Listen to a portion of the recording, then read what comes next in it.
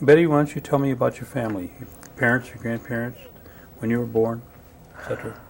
Well, I was born in Toma, Wisconsin. My mother was taken from here when she was 6 or 7 months and taken to Toma until I was born. Yeah. Uh-huh. And I suppose my dad stayed around here. I never heard anything about him, being up there with her when I was born. And, what else? Hey, Gordon, it's a little distracting with the cough drop.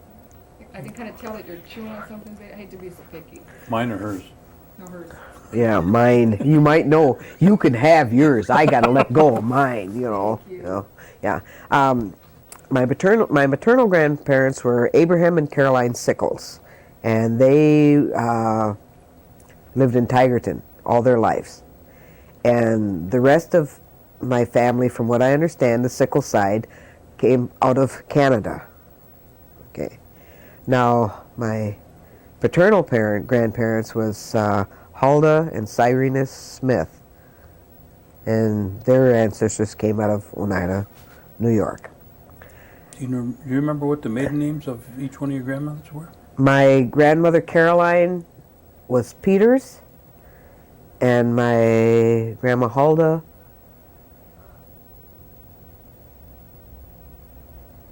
was either King or Dockstader. I can't remember. It's either one of those. Or am I thinking your grandma? Your grandma was a King. I think my grandma was a Dockstader. I'm not for. Yeah, I think so too. Yeah, she was, because she had some brothers, John and. Gosh, I can't remember the other one's name, but she had. Because I can remember him coming to the house when we lived on Crestwood in Green Bay. They bought some property from Nikolai, when he used to own property out there. Yeah. See, we lived with my grandparents after my mom died. How old were you when your mother died? Oh, I must have been about, if I can remember right, I must have been about 3 or 4. She died at the Hickory Grove Sanitarium. Towards Deep Pier? Uh-huh. At that time when she died, how many children were there? Well, just my sister and I. Mm-hmm. 2 of us. Charlene was a baby. Because I can remember her still having a bottle. But there, and she's buried in Tigerton. I gotta have a napkin. There's some more.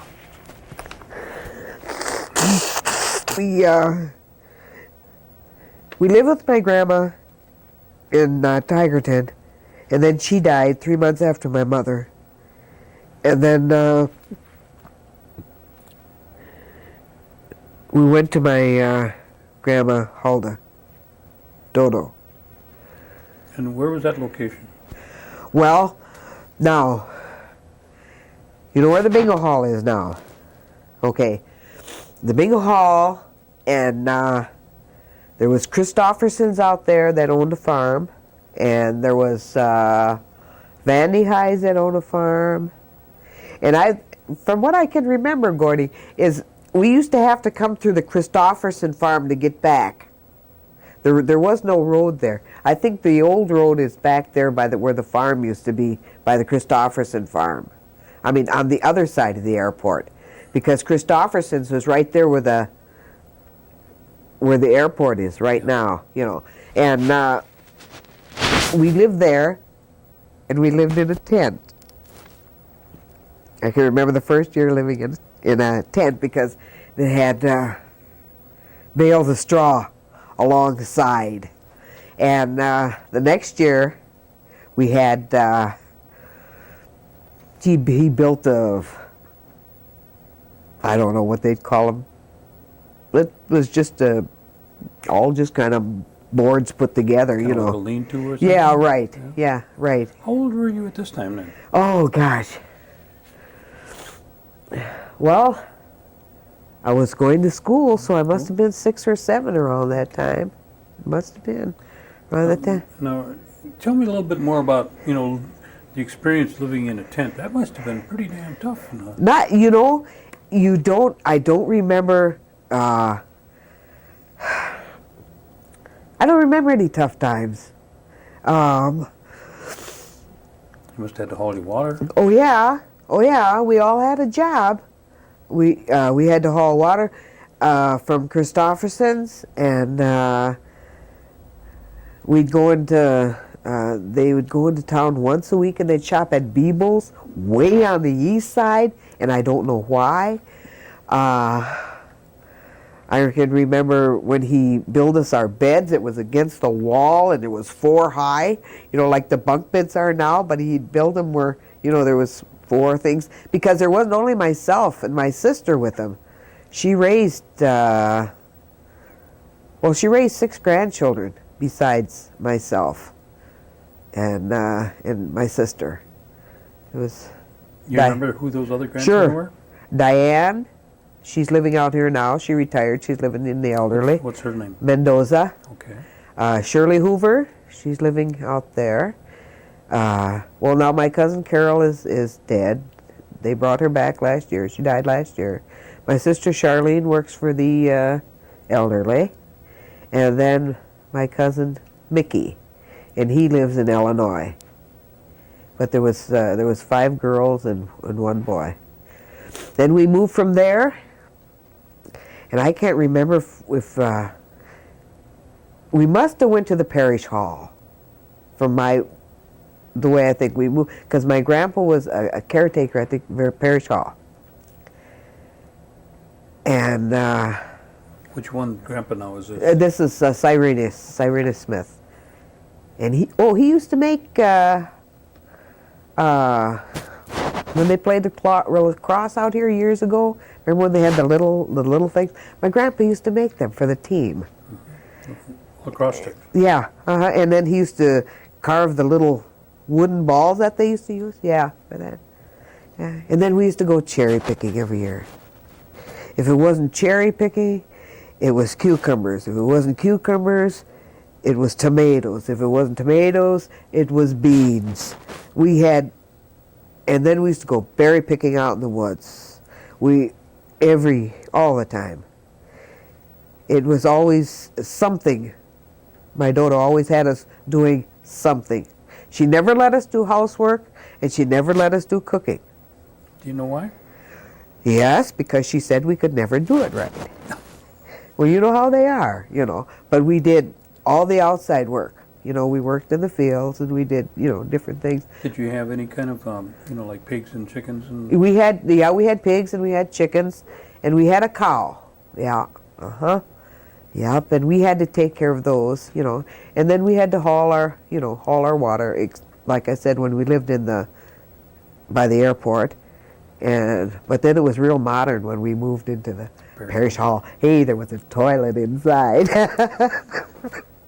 That was, and then there was someplace where we could, really take a bath, and we wouldn't have to use the same water as you used all the kids, What about the lights? Can you remember like in the evening when you needed lanterns or lamps? Well, now this is really something. After we left the parish hall, my Uncle Marvin bought that property on Crestwood, or Crestview, right up there by Henisha School up in that area.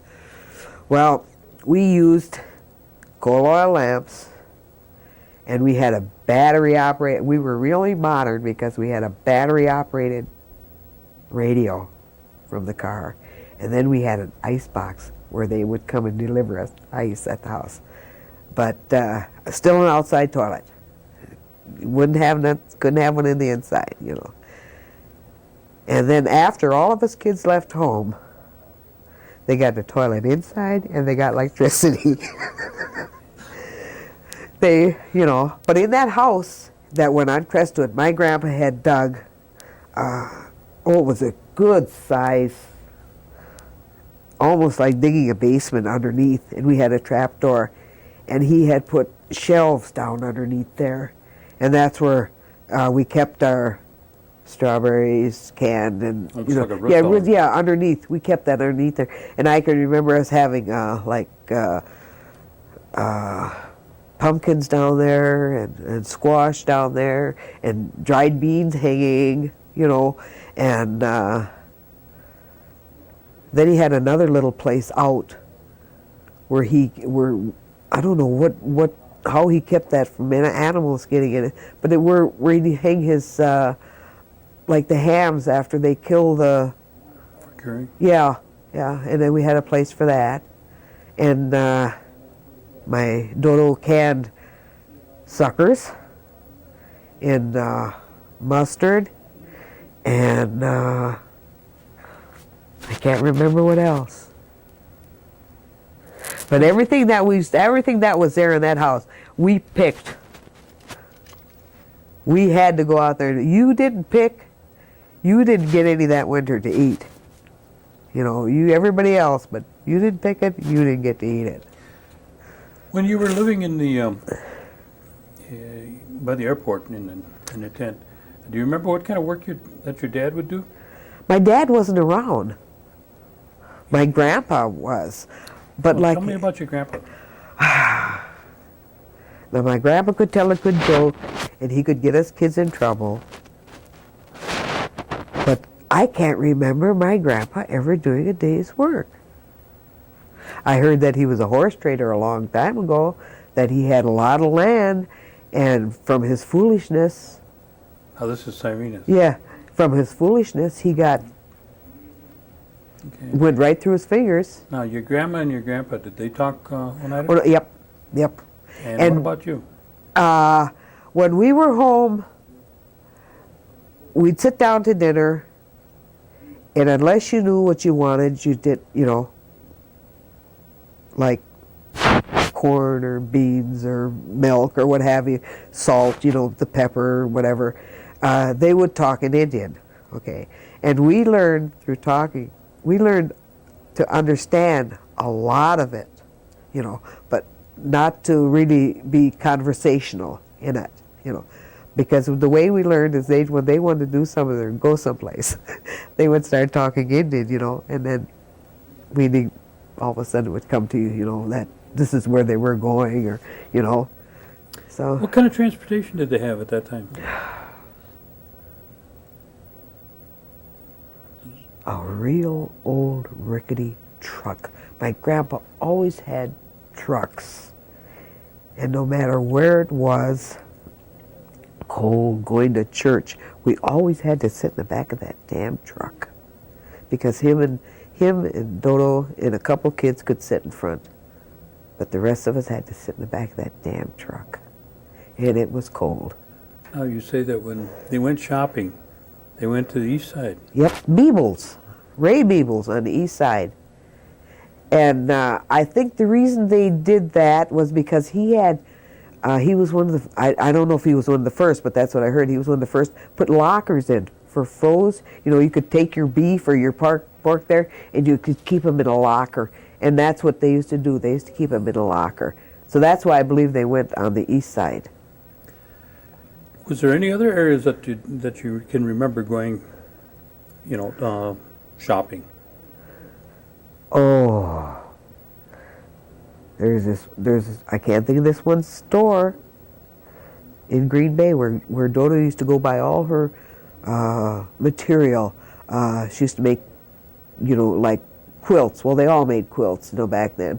And she used to make our clothes. All our clothes were made. She used to make all our clothes. What the heck was the name of that place? It was on Main Street.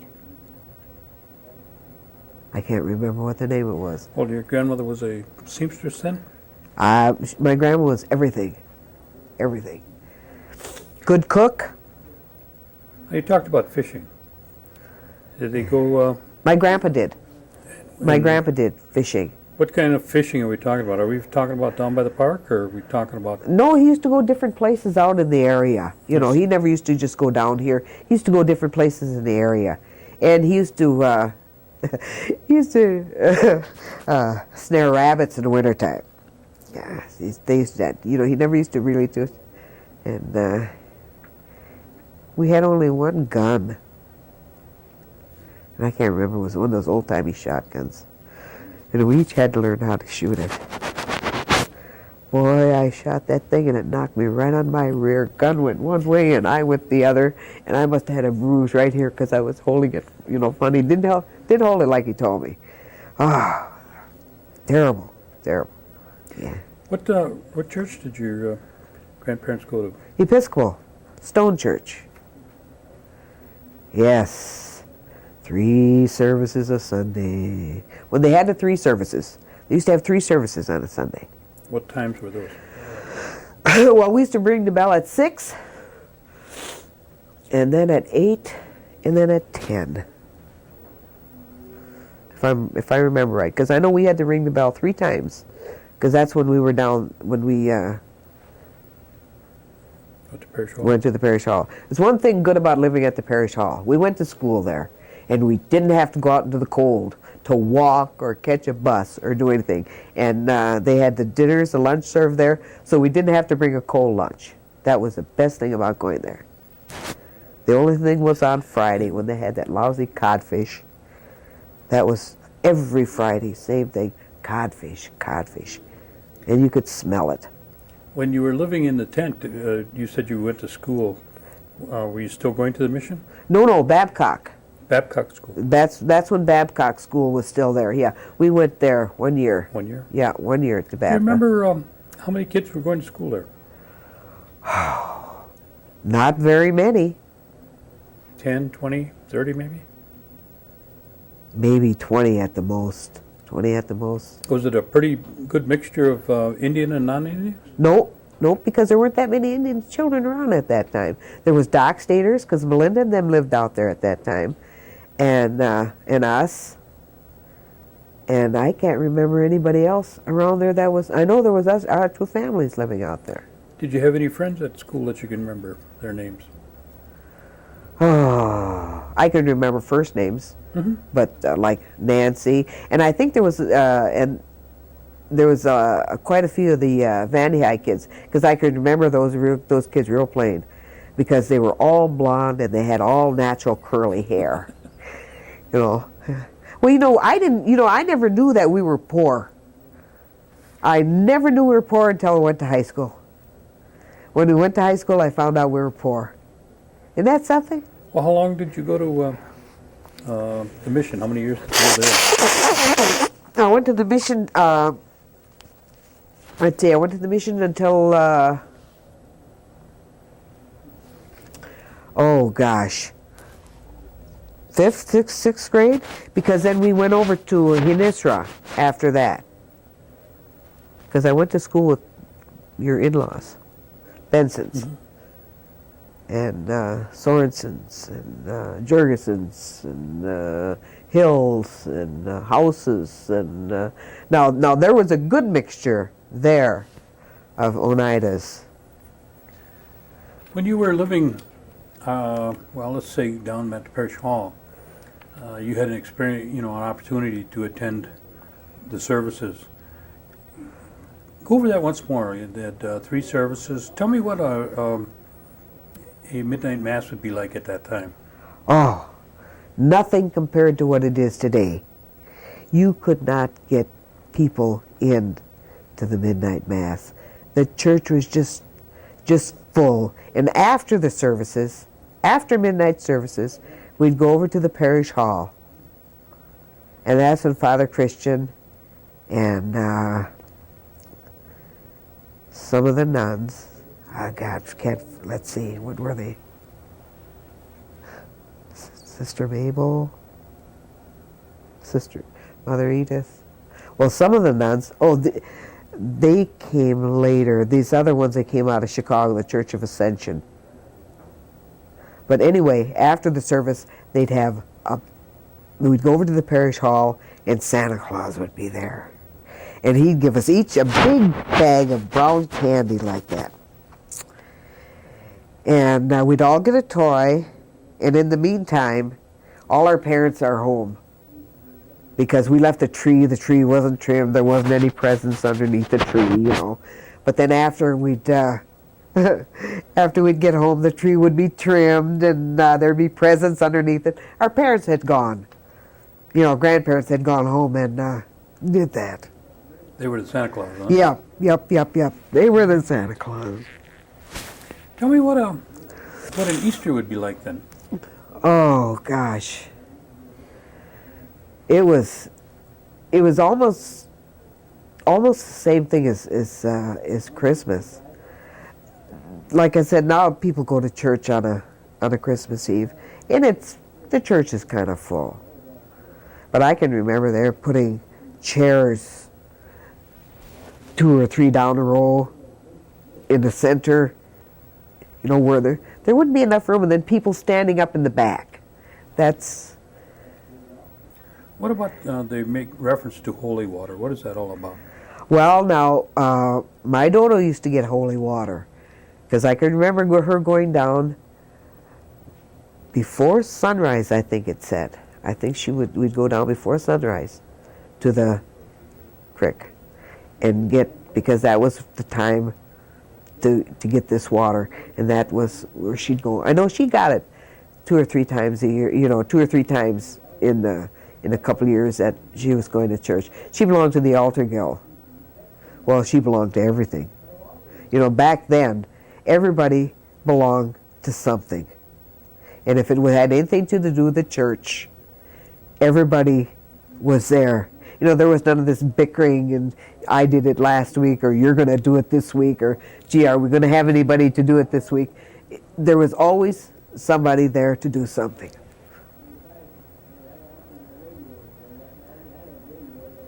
It was good.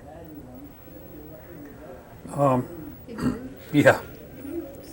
I'll try. I gotta tell those guys. The holy water that, your grandma or your grandpa would do that, is not necessarily in the norm. As an example, collecting any kind of medicines or any kind of the stories that they might have told that you can remember. Now, my grandma used to do some kind of things. I don't know, but she used to have some kind of... We never went to the doctor. Very, very seldom went to the doctor for anything. I mean, it would have to be half your leg falling off or something, before you go to the doctor. But if we'd get a cold or something, and I could never understand this, she'd give us kerosene. Kerosene with a little sugar.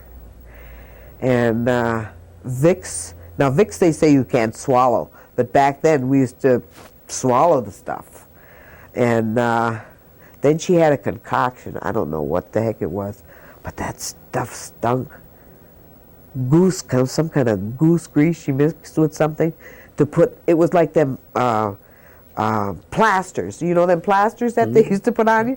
Okay, that's what that was. And then, of course, the teas. She used to have that... used to grow alongside the parish hall. Oh, gosh.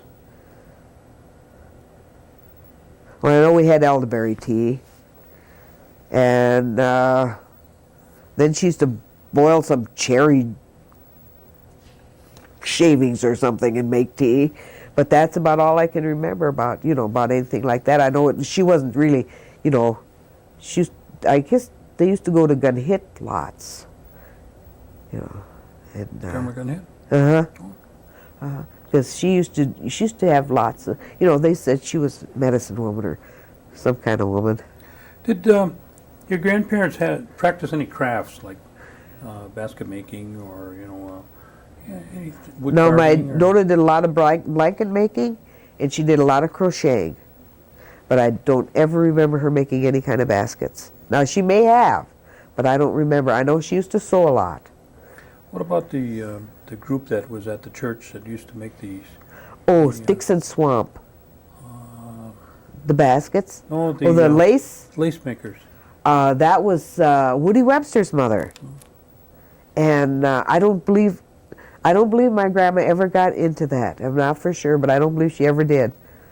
But I know Woody Webster's mother did it, and see, now I'll remember all this stuff when I get home, but I can't remember the names of I know some of the sisters, were doing it too, but.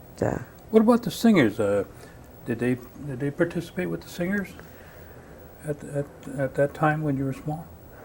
What do you mean participate with the No, singers? night of singers with your grandparents. Oh, shoot, yes. My grandpa sang in a choir, and my dodo sang in a choir, and as we got older, we sang in a choir. Yes, they'd sing at wakes all night long. I can remember going, and 3 days, those singers would be there. They'd change off in different groups. Yeah, there was my dodo, your grandma, Ruth Baird, a couple of her daughters. What was Ruth Baird's husband's name? Boy. LaBoy Baird, my grandpa, my Uncle Ernie, and his wife, Virgie, and oh God, there was a lot of singers,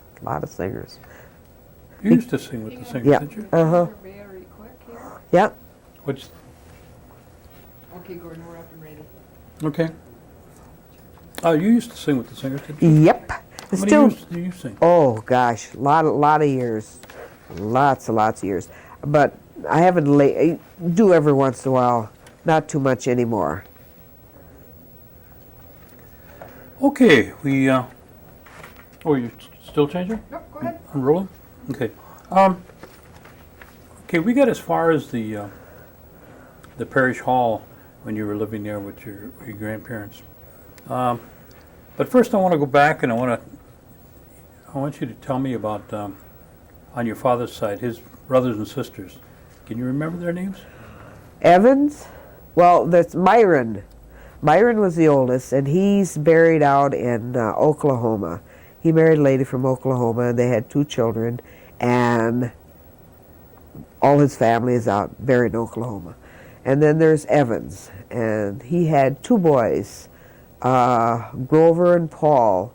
Grover and Paul are now in Green Bay. Grover just came back from California. And then there was Ray, and he had 2 children, and I believe both of them are gone. And there's my Uncle Ernie, he had 3 children. And then there was my dad. There was 21 altogether. Children. That's with 2 marriages. 2 marriages, right, okay. And then there was my Aunt Sally, and I'm pretty sure she had 7 or 8. And my Aunt Margie had 3. My Aunt Marie had 1. Gosh, did I name them all? I'm pretty sure. They say your dad had 2 marriages. The first wife's name was Grace. and her maiden name again? Sickles. And then the Other one second was wife?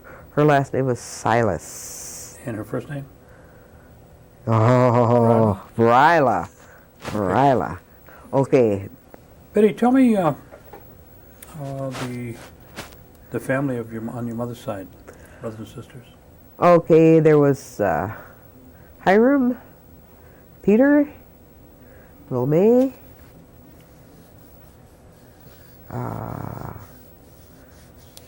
my mother, Marcella, and Mildred, and then there was another boy, and I can't remember what his name was. But I have out of my mother's side of the family, I have only 2 aunts left, Mildred and Marcella. My grandpa used to work for the lumber company in Tigerton. That's where he worked all his life for the lumber company in Tigerton. My grandma did, I guess, what everybody else did. You know, she stayed home and, you know, Took care of the family. Took care of the family, right? Yeah. Okay. She's another grandma that took in all her grandchildren. You know, back then that was the norm. I think, you know, well, here, you know, we'll go here and drop the kids off at the grandparents, and That's probably what drove all the grandpas crazy. well, I suppose. Now, when you left the mission, you said you were in about the 5th or 6th grade? Yeah. And you moved over to Hillcrest? Yep. And you went to school at Dennison. Yeah. Tell me a little about the differences between the two schools. Well, at the mission there was one, two, I think 3 rooms where they had studies, and at Dennison there was 2, one on the bottom and one on the top. And they used to put the little kids in the basement, and we used to be, I'm pretty sure we used to be on the 2nd floor. There we didn't have an indoor toilet. And there we had to bring our lunch. And there's where we'd bring our lunch, and when we'd get to the school, the white kids would want to know what we had in our lunch bucket. And if we told them, they'd change with us. You know, they'd rather have what we had than what, you know, they'd bring like beef and pork, you know, sandwich and stuff. And sometimes we'd have, it was so funny, I don't know why they liked these sandwiches, but it was potatoes, boiled potato, you know, you slice it, put a piece of raw onion on it, and put some bacon grease over the top of it, and put salt in between 2 pieces of bread. And that's what, you know, sometimes we used to take for our lunch. And we liked it okay, it wasn't too bad. But them white kids were crazy about that stuff. So we used to swap with them buggers. You know, we used to get cake and, you know, different things. It was really funny. About how many kids were going to Dennison? Oh gosh, now there was a lot there going there at that time. I'd say there was about 35, maybe 40 kids going at that one. You know, because that was in a pretty well populated, you know, area right there. Because now Pancrats, they had 4 daughters, and I don't know if George House is, because I know George House and them lived down below the hill. I don't know if they had any kids going there, but I know there was Jurgensons and Bensons and Sorensons and Andersons and Browns and you know, there was miners and Raymakers. There was a lot of families going there at that time. Now, you mentioned a little earlier that you didn't realize the distinction in terms of what you had or didn't have until you went to high school. Yeah, that, you know, Tell me that about was high school. that was real strange. What happened there? Well, you know, when we were home and going to school, you know, your grandmother made all your clothes, you know, and stuff, and who worried about having stylish shoes, you know, or bobby socks, or, you know, what have you, skirts and blouses and stuff. And went to school, and son of a gun, you know, there we were, and all, we thought we were, you know, well, we were clean and what have you, but we didn't have the stylish clothes that they had, that they wore. So that's what I mean by I didn't realize we didn't have, you know, everything. Do you feel that may have had an effect on your situation at school? Or? Nah, because to me, I've always felt, hey, here I am, what I am, you know, and I've worked in the outside world, and I've come back, and I've seen all the different changes and the different attitudes, and I can't understand the attitudes, because if you don't think anything of yourself and you don't try to, you know, better yourself, you're never going to be anything.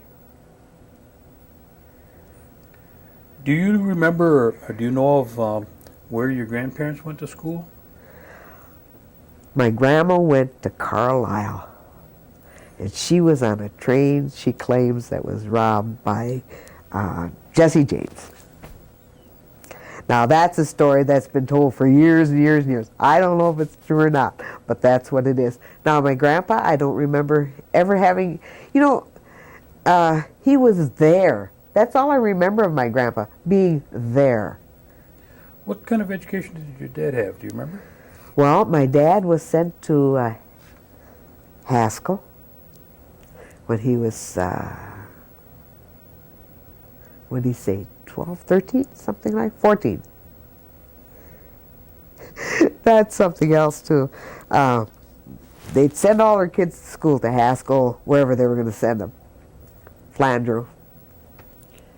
And my dad said he'd come back. That's when the train was still here. You know, when they'd get off in the depot here in Oneida, he said they'd get off the train and they'd have to ask around where they were living now, because every time they go to school, their parents would move off and move someplace else. You know. My dad went to school till he was 16, Then he joined the service. He was in the First World War. I have pictures of him in his uniform from the First World War. Yeah. All right. What happened after you left high school? Well, I got married pretty young. I was married when I was still in high school. And I have 2 children. In fact, the 24th of this month, one's going to be 47, and the other one is going to be 36. There's 11 years difference in my boys. My one boy is a truck driver, and my other boy went to school and got an education because he said he wasn't going to do any manual labor for anybody.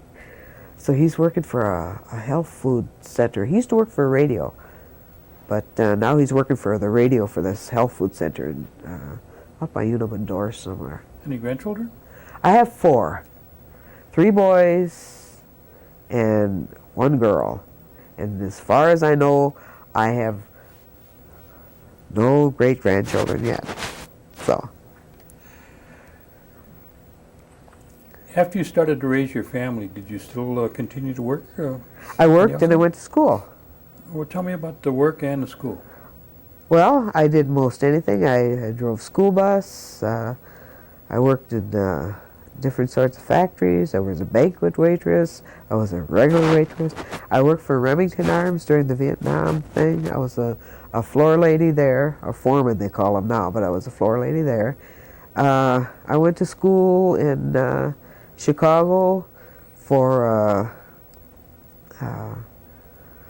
in fact, I went to school for 9 years to get a degree in counseling, and I have one in counseling. I drove truck, welded. Where did you reside during this time? In Illinois. In some in Chicago and some in Park Forest. Well, give me an idea of what do you feel the amount of years that you were down in that area? Well, I tell you, you learn a lot during away, being in different parts of the country. You learn about different cultures. I'm glad that we raised our boys there, because now when we came back to live back here, our youngest son had no prejudice against anybody. He had seen all kinds of people, and he couldn't understand why one race thought ill of another race. And because when he went to school, he went with East Indians, he went with blacks, he went with Mexicans, and so he's had that outside training, and that's why I'm kind of glad that we lived where we lived, because it's the real world out there. You just don't live in one little area and feel that you're learning too much. So you were down there for maybe about 10 or 15 years? Oh, longer than that. Yeah. Yeah, longer than that. And when did you move back in the area? Oh, let's see, 1971, 72, somewhere around in there. Yeah. When you came back, did you become involved in any tribal operations? Yes, I was a homeschool coordinator. For how long? Almost 12 years. At what school? Pulaski, the best district around here. They got the best. They got the best educational programs in this area. I still say that they're in fact, they offered me a job here not long ago. What does a homeschool coordinator do? Well, they're a liaison person between the Oneidas and the public school district, and they do a lot of. Well, I did training. Mine will say training the teachers of the different way that the children are brought up, and different things and different ideas, that the kids have different ideas of what really, as far as education is concerned, like a lot of kids, they think they'll go to school and if they learn anything, fine. If they don't, fine, but you had to be there to tell them that this education really means something to you. And I'm so proud of all my kids that I had there. They all done well. They all done well. Did you see any major changes during your 12 years at the school? Yep. Or did things flow pretty much No, on we a constant level? no. We did quite a lot. But see, we contributed quite a lot. We were the first school district to have, and I don't know why it didn't go on, to have the Oneida language in, and they gave us time. I mean, they didn't give us much time, 20 minutes, but at least that was a breakthrough, you know, your foot in the door, you know. And our teachers didn't show up like they were supposed to. I'm not going to name who they are, but we had 2 teachers out of here that were supposed to show up, and they'd always call up and give up, you know, different excuses, you know. Well, you know how that goes. But we were one of the first districts to have that, and our kids were introduced to more outside events that were taking place. Now, like when I was there, we took our kids on all over the place. We took them to Illinois, you know, different places where they could see different things happening, different cultures, different people. And a lot of the school districts didn't do that. They thought that wasn't worthwhile. But I thought it was worthwhile because the kids saw what was happening other places, not just here, you know, in this community. And a lot of them had never been as far as Appleton. And that was a great, you know, that was a great educational experience for them. So I think we did well. I really did. You can ask any of them that you see, and they can tell you the difference now that's going on than when I was there. What was there any other involvement that you had with the tribal government? I was on the land committee for a lot of years. And what does that consist of? And what did they do? Well, we would search out different parcels of land that was within the reservation boundaries, and we would see if we could purchase them. And then we would purchase different homes for different tribal, you know, and then sell them to, you know, different tribal members. We met twice a month, and then we would work with the different communities, like with town of Hobart, West De Pere. We have some property in West De Pere, and it had to have the cul-de-sacs and things built, and they'd come in, and you know, we'd discuss everything and how much who was going to pay and what was going to be paid, and it's like a little, to me it was like a little realtor business. Oh, we went to realtor school too. Now, since you've retired from being a homeschool coordinator, what activities have you been doing in the last few years? Well, I work part-time. In what capacity? I work at the 41 Truck Plaza. I do their, You're not a mechanic. no, good Lord, no. Well, you gotta ask. You never know unless you ask. Yeah. Yeah, I've been there for almost 10 years. Okay. Are you still working, or are you retired? No, I'm working part-time. Okay. 3 days a week. So we got to finish this interview up so you can go to work, right? No. Friday, Saturday, and Sunday I work. I just work on the weekends. What would you call the most memorable or remarkable event that you've experienced in your lifetime? Anything stick out?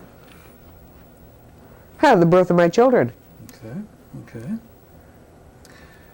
What does it mean when you say I'm a member of the United Nations? What does it mean to you?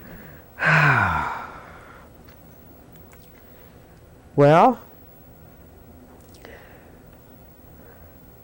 it's telling everybody that I am in Oneida, for one thing.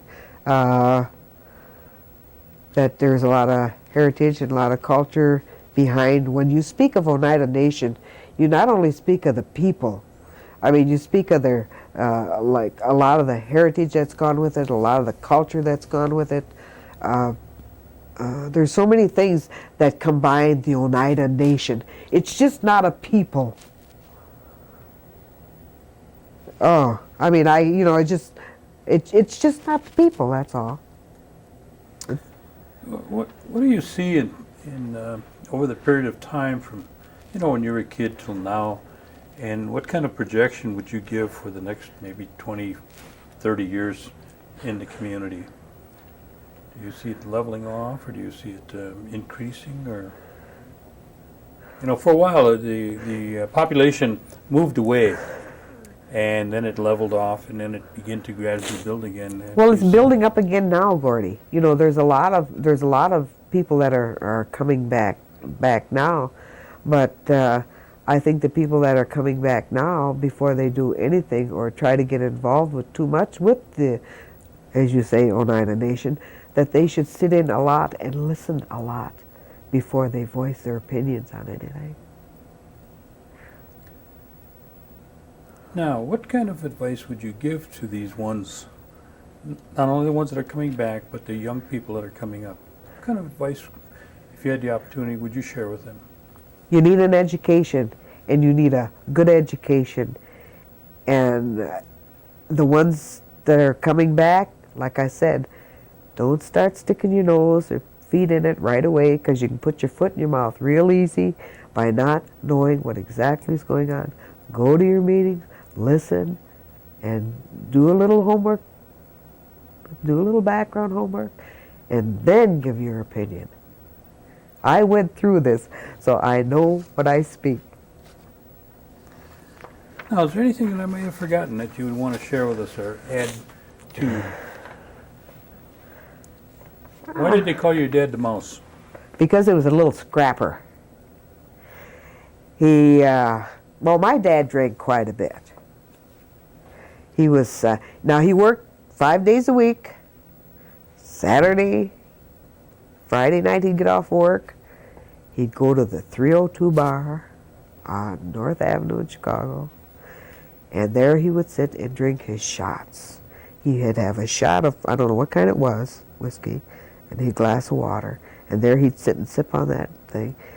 And if somebody got rowdy or he got rowdy with somebody, he was nobody to back down. I don't care how big they were. He would just, he got his name. I think Amos knows more of the stories that how he got his name, but they call him OHE, which is mouse, because he could get into all little kinds of places and still come out ahead, they said. They said he was quite a scrapper.